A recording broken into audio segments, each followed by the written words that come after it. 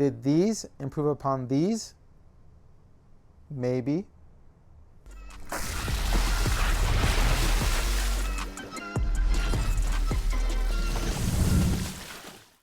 What's up guys, Vinny here with Sneaker Tweaker and welcome back to another video. Today we have, I would like to call this an awesome video just because I love doing versus videos. I mean, I like doing all videos, but versus videos I really like. Now, again, we have a versus video on the Nike LeBron 21 versus the Nike LeBron 20. Let's find out if these actually did improve upon these. Both of them, I would say, are great performers, but who's gonna take the cake? Or I guess I should say who's gonna take the crown. I mean, you know, king and all. Now, both of these shoes, like I said, are great performers. The 20s were one of my top performers or top picks last year. The 21s may be one of my top picks this year. Now, this year is a little bit different because I would say the market is a lot more loaded this year than it was last year. And last year we had a lot of great shoes, but this year is absolutely wild. I mean, honestly, I'm just still wondering how I'm going to do my top shoes of the year just because there are so many good ones and I have to really nitpick as to why this one is not better than this one or why this one is better than that one. Versus videos are a great way to do that. So let's kick it off with the traction. Both of these shoes have amazing traction. Both the LeBron 20 and the 21 performed extremely well. They were top tier tractions in their own right in their own year. But one of the biggest things I guess I would say that I would give to the LeBron 20 over the 21 is durability. I put just as much as time in the LeBron 20s as I did the 21s. However, in the 21s, you see a lot of fraying and you see a lot of just parts of the traction just ripping off. Now, both of them, again, are multi-directional and they both grip the floor really nicely and really well. Dust isn't an issue for either one. And I would say, again, both of them are top tier. If I have to give a slight edge, I would say maybe the LeBron 21 does have a slightly better bite, but that also potentially is why the traction is more pliable and isn't lasting long. Now, I wouldn't say that slight little bit is going to be enough for me to say that the LeBron 21 is better than the LeBron 20 in traction. I'm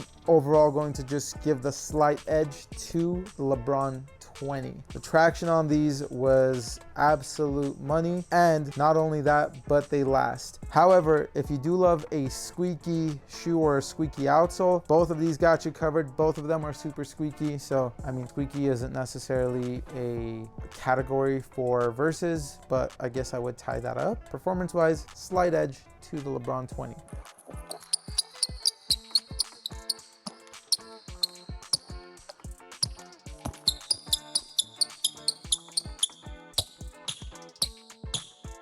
Now, for the cushion, the LeBron 20 and the LeBron 21 have the exact same setup. You have a top-loaded 4-foot zoom turbo unit in both of these shoes and a bottom-loaded large heel zoom unit, and then both of them are encased in a Cushlon carrier. The LeBron 21, though, is a more firmer cushion setup than the LeBron 20. You do get a lot more compression, especially, I mean, you can even see it right here. If I'm pressing on the heel here, the Cushlon midsole on this is a lot softer, where if I push on here, you can't see as much compression. It's a lot firmer. Now, especially or particularly in the heel, the LeBron 21 does give you more compression and I would say slightly better impact protection if you're doing like heel strikes or things of that nature. Overall, it is a, I guess, really close matchup in that sense, but for me, as more of a personal opinion, I would give it to the LeBron 20 again, and that's just because I like a softer cushion setup. Again, me being in my 30s and just, you know, playing this much, my knees need nice and plush cushion. The LeBron 20s do a little bit better job of supplying that. That's not to say that really my knees hurt in either one. That's why I said it just comes down to personal choice. For me, I'm going to take the LeBron 20. Now, as for the fit, both the LeBron 20 and the 21s fit true to size. The LeBron 20s, however, I would say broke in a lot better for me than the 21s. And a lot of that has to do with the materials used. The LeBron 20s have a knit upper, so it was easier for it to stretch over time. These ones just took a little bit longer just because the upper on these was more reinforced. I guess I would say it's not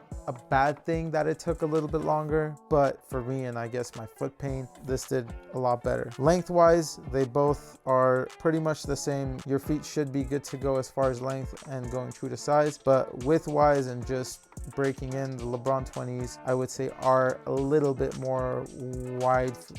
I guess I would say normal to slightly wide foot friendly. They both still fit pretty snug, but overall, again, I would say the LeBron 20 is going to be the slightly better shoe. Now, I mean, as you guys can tell, a lot of these things are very close, and that's because these shoes are very similar. I mean, short of pretty much the look of the shoe, tech-wise, the stuff that are inside is very, very similar. Now, for the materials and the support, materials, I guess for me, I would say if I like the softer materials, if I like a thinner upper and everything, I would say the LeBron 20 is going to be better. But for support and I guess I would say lockdown, I'm going to give it to the LeBron 21. Some people have mentioned that they've had, I guess, not as great lockdown in the LeBron 20s. Now, for me, that wasn't the case. Lockdown for me was great in the LeBron 20s and I have no complaints, but I will say that the lockdown in the 21s was a little bit better than the 20s. Again, that's not to say that these were bad. These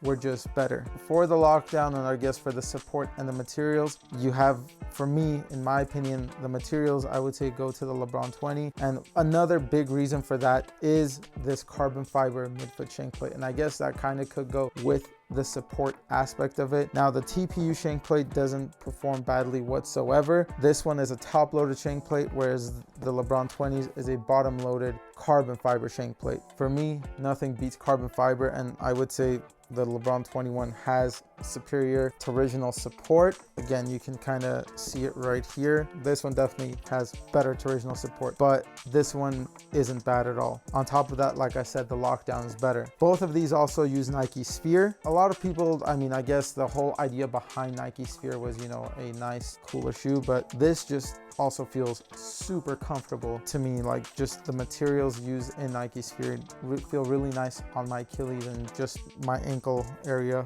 altogether. The insoles, they both, honestly, I haven't taken them out, but they feel nice and premium. I don't know if they actually are premium, but they have these cool designs, especially in the heel area. Both of them do, but I guess that wouldn't necessarily signify that, you know, they're premium insoles, just they look nice and premium from the outside.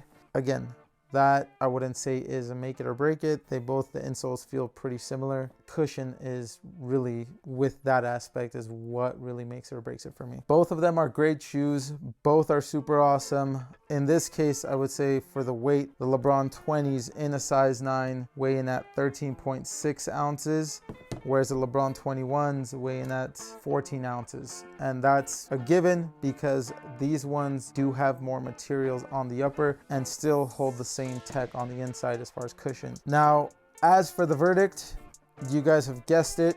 And I mean, obviously, if you followed along in the video, you know, for me, the winner is the LeBron 20. Now, if looks was a category as well, these would definitely also win, just because these, for me, look really nice, really clean. These remind me more, I guess, of what Kobe's look like. Performance-wise, they both perform great. A lot of things will be a toss-up just for personal preference. For me, though, taking the cushion into account, taking the traction durability into account, taking the materials used into account, taking the looks into account, I mean, the laces as well. The laces on the LeBron 20s are these flat laces. On the 21s, they have these fat round laces. Unless you double knot these fat round laces, these ones are going to come undone while you're playing. The tongues also, I mean, if we're breaking it down into materials and comparisons, this one has like that unfinished leather tongue.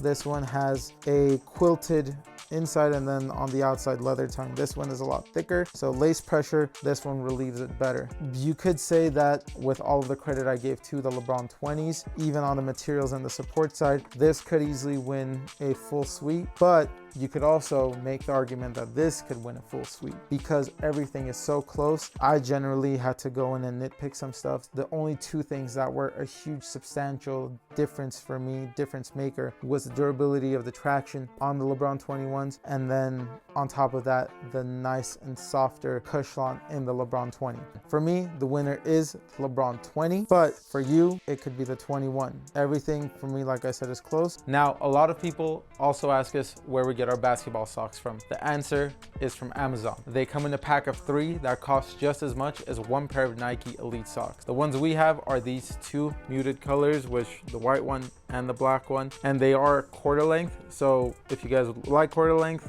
they have them available in that, but they also have them in the high top version. Like I said, they come in a pack of 3 that cost just as much as the Nike Elites, and these are pretty much the same thing, but without the Nike branding. They're cushioned, they're ventilated, and they're amazing socks, and they last a long time. If you guys do want a pair, hit the link in our description down below and go grab yourselves a pack. Not a pair, grab yourselves a pack.